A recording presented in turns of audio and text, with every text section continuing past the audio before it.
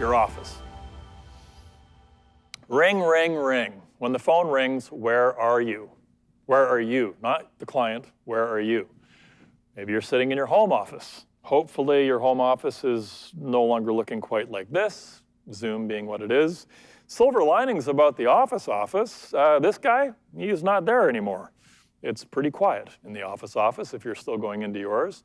In fact, it can be very, very quiet, which is actually a pretty good thing. That's not a bad thing. An uncluttered space allows for an uncluttered mind. You can be a little more productive. An office, well, it's focus central, right? It's professional, yeah, it's an expense, but it's secure and it's quiet.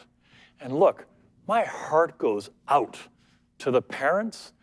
You got two parents, one's in a closet, the other one's at the kitchen island. There's 1, 2, 3 kids running around in the background being homeschooled. And the one in the closet is on a Zoom call. He's doing an interview with CTV, and the one at the island is trying to do an educational thing, and the kids are hopping around in the background. Like, it's been nuts the last couple of years. I can't imagine having to deal with all of that, right? It's nice having kids in their 20s. But it's still worth considering an office space if there is a way to make it work even for 4 hours a day. Even if you were able to get out and make that drive and get into a private, enclosed office space where you can have that.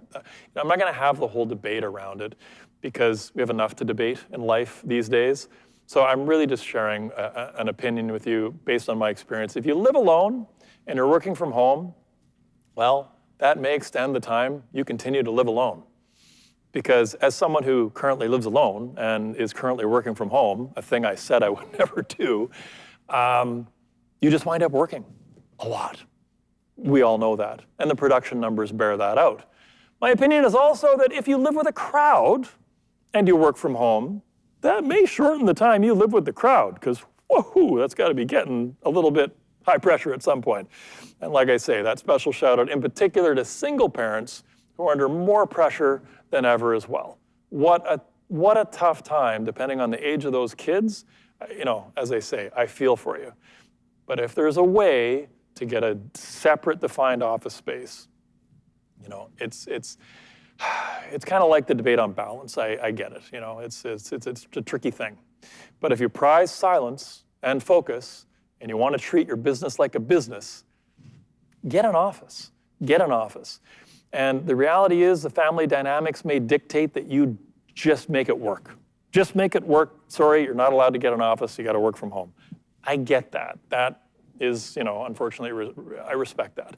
And, out of just quick comment on respect, like none of these segments, none of these slides is me telling you how to live. I'm not telling you how to live.